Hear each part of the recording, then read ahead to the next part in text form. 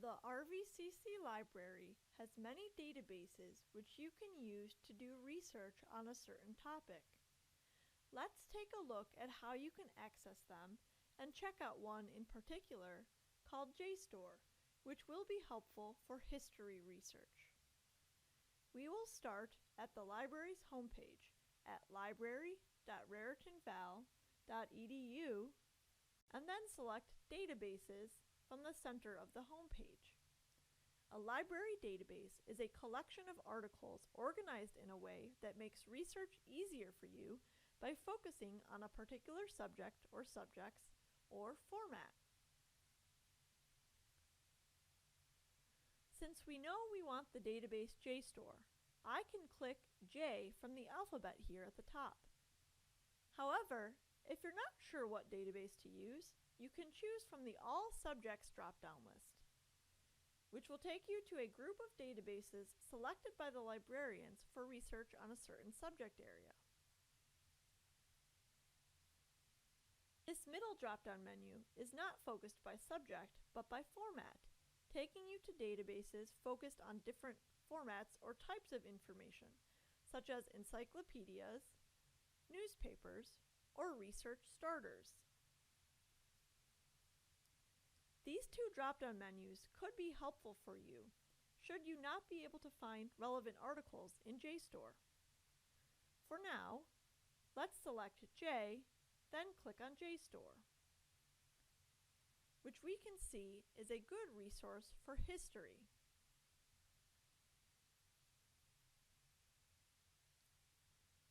We are taken to the Advanced Search screen. This is a great way to approach your research if you're already fairly certain about what topic you're interested in. If you're still figuring that out, it can be hard to come up with good keywords to use in your search. So I would suggest selecting the Research Starters option we saw back on the database screen, and choosing one of those options, like Credo Reference or U.S. History in Context, to explore your area of interest further.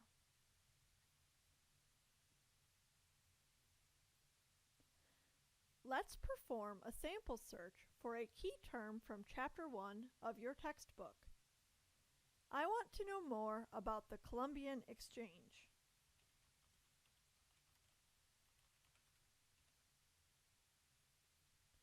Putting quotation marks around this phrase will make the database look for those two words right next to each other in that exact order, rather than finding the two words separately.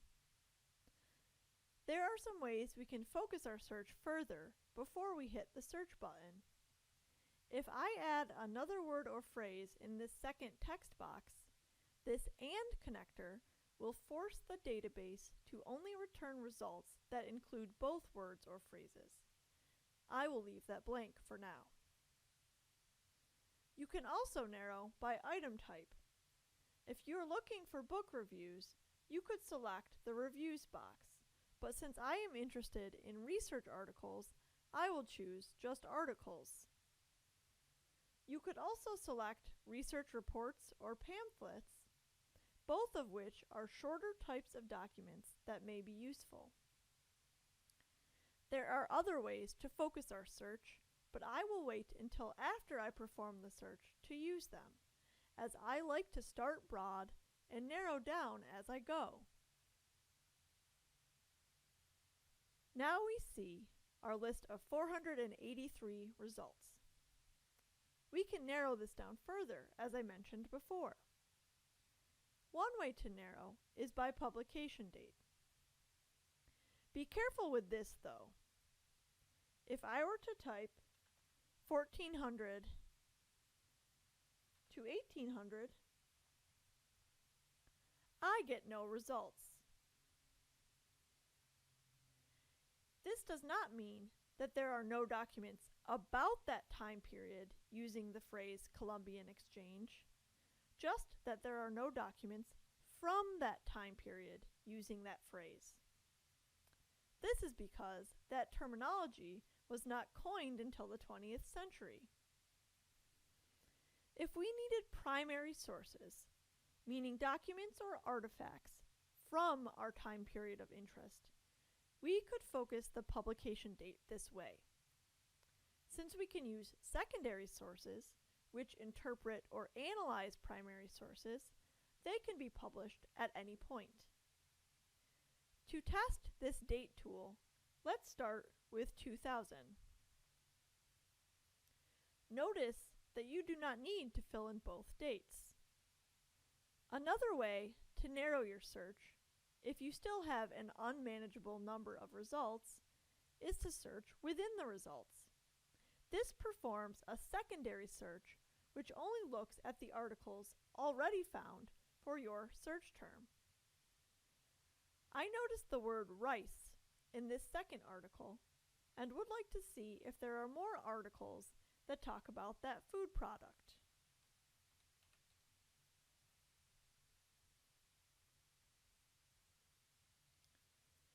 You can also focus your search by subject. This can help you research a more specific part of the Columbian Exchange, like African studies. Now we have a much smaller list of results, which is easier to handle. To evaluate the articles, read the titles and topics listed for each to help you decide which one best fits your topic. The first article has a focus on slavery, and others mention the Indian Ocean, ceramics, and hunter-gatherers. I am interested in the role of slavery, so I will choose the first article. Before we begin looking at it, notice that you can get the citation from this Cite This Item button.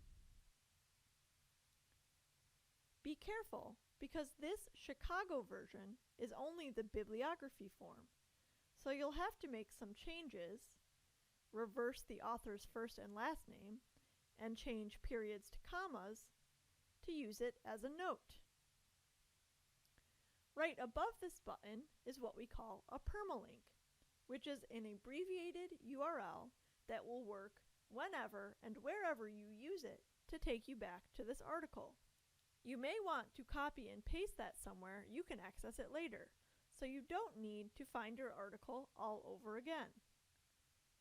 This article is not very easy to see, but we can fix that. First, click to download the PDF. This will open it in another tab where it is already bigger, but where you can also zoom in using the plus sign that appears when you hover in the lower right-hand corner. If your PDF opens in another program, you should still have similar options to make the text easier to read. Keep your eyes open for hints about the flow of the article.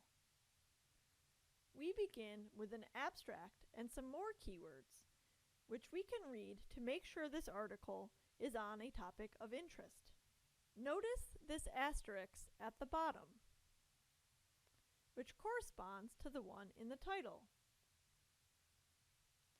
If we go on to the next page, you'll see that this footnote format is also used for citations. Each superscript number in the text corresponds with a number at the bottom. This is also how you will be doing your Chicago-style citations, which you will learn more about later this semester. This article also contains tables with indications of where the data is from, sections with headings,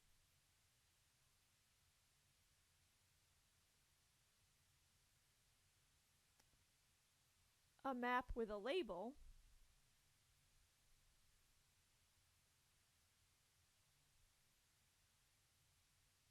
and a conclusion.